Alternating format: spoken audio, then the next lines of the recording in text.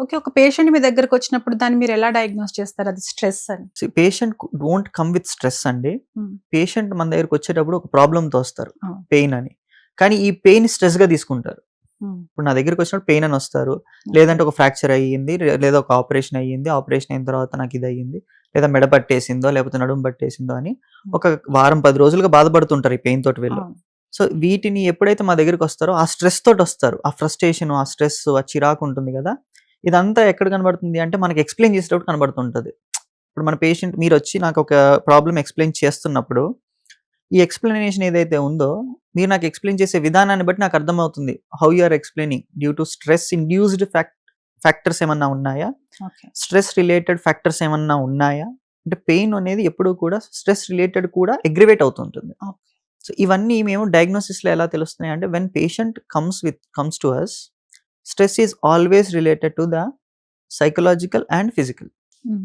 అంటే సైకలాజికల్‌గా స్ట్రెస్‌లో ఉన్నారా? ఫిజికల్‌గా స్ట్రెస్‌లో ఉన్నారా? అనేది మనకెప్పుడు తెలుస్తుందంటే ఫిజికల్‌గా నిజంగా they are suffering with some diseases or some pain. అప్పుడు మనకేం అర్థమవుతుంది? ఓకే. వీళ్ళకి ఈ ప్రాబ్లమ్ ఉండడం వల్ల ఈ ప్రాబ్లమ్‌ని వాళ్ళు ఫేస్ చేస్తున్నారు డైలీ లైఫ్‌లో. That's why they are feeling it as a stressful. Hmm. So, ఈ స్ట్రెస్‌ఫుల్ అనేది మెంటల్‌గా మళ్ళీ ఎంత ఇంపాక్ట్ అవుతుందనేది వాళ్ళ మాటలలో, వాళ్ళ ప్రవర్తనలో తెలుస్తుంది మనకి. దానికి మీరెలాంటి ట్రీట్‌మెంట్ ఇస్తారు? ఇప్పుడు నా దగ్గరికి పెయిన్ అని వచ్చారు. నెక్ పెయిన్ అని వచ్చారండి. ఒక సాఫ్ట్‌వేర్ ఎంప్లాయీ మార్నింగ్ నుంచి ఈవినింగ్ వరకు డెస్క్ జాబ్ చేస్తుంటారు. హ్మ్. ఈ డెస్క్ జాబ్ చేసే ఆయన నా దగ్గరకొచ్చి కూర్చునేటప్పుడు, "సార్ నేను కంప్యూటర్ మీద 8-9 అవర్స్ కూర్చొని వర్క్ చేస్తున్నాను. ఈ 8-9 అవర్స్‌లో నాకు చాలా విపరీతమైన నెక్ పెయిన్ వస్తుంది. బ్యాక్ పెయిన్ కూడా ఉంది కానీ నెక్ పెయిన్ ఎక్కువుంది" అని చెప్పారు. ఈ చెప్పేటప్పుడు నేను అర్థం చేసుకోవాల్సింది ఏంటిది అంటే, it is only because of long sitting కూర్చోవడం వల్లే వస్తుందా? హ్మ్. లేదు. వర్క్ లైఫ్‌లో తను మెయింటైన్ చేసే పోస్చర్ అంటే తను కూర్చునే విధానాన్ని బట్టి. తను ఎంతసేపు కూర్చుంటున్నాడు? ఏ పొజిషన్‌లో కూర్చుంటున్నారు? ఓకే. మూడోది ఈ కూర్చునే విధానంతో పాటు ఆయనకి ఈ పెయిన్ అనేది ఎప్పుడు అగ్రివేట్ అవుతుంది? హ్మ్. అంటే ఇప్పుడు నేను కూర్చున్న 1 అవర్‌కి అగ్రివేట్ అవుతుందా? 2-3 అవర్స్ వర్క్ చేసాక అగ్రివేట్ అవుతుందా? 5 అవర్స్‌కి అగ్రివేట్ అవుతుందా? Time factor. కొంతమందికి స్లీపింగ్ పొజిషన్ వల్ల కూడా ఇలాంటి పెయిన్స్ వస్తుంటాయి కదా సార్. వస్తుంటాయి. మార్నింగ్ లేవగానే కూడా కొంతమంది పెయిన్ ఫీల్ అవుతూ ఉంటారు. అంటే అదే అంటున్నాను. ఇది ఏజ్ రిలేటెడ్ ఉంటుంది. వర్క్ రిలేటెడ్ ఉంటుంది మళ్ళీ. ఓకే. కేటగరైజ్ చేసుకుంటే ఇవి ఎన్ నంబర్ ఆఫ్ ఉంటాయండి. ఓకే. అంటే ఒక పెయిన్‌ని మనం సింపుల్‌గా ఇది దీనివల్ల వచ్చింది అని చెప్పడానికి హ్మ్. మనం రకరకాల టెస్ట్‌లు అంటే డిఫరెన్షియల్ డయాగ్నోసిస్ అంటామాట. Physical diagnosis. Okay.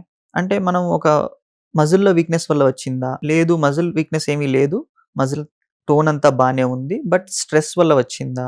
Okay. Over usage వల్ల వచ్చిందా?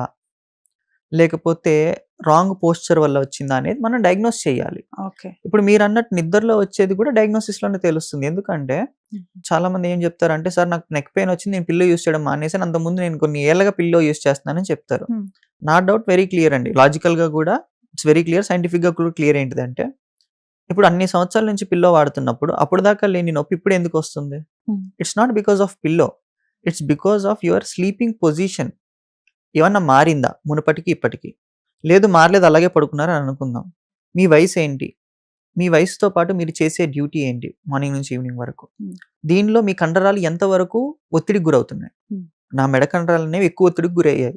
ఈవినింగ్ అయ్యేటప్పటికి అలసిపోతాయి, పడుకుంటాం. మార్నింగ్‌కి స్టిఫ్ అయిపోతాయి. హ్మ్. ఎందుకంటే అలసట వల్ల వచ్చే స్టిఫ్‌నెస్ ఇది. ఓకే.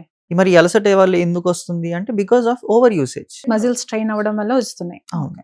సో, దాన్ని మనం ఎలాగా బ్యాలెన్స్ చేస్తున్నాము? హ్మ్. దానికి ఏ రకమైన ఎక్సర్‌సైజెస్ మనం టీచ్ చేస్తున్నాము? ఫిజియోథెరపీ ఎప్పుడు కూడా అండి it's a wonderful thing about exercises. Oh! Gym చేసే ఎక్సర్‌సైజెస్ కాదు. చాలామంది ఏమంటారంటే మేము రోజు జిమ్‌కెళ్తున్నామండి.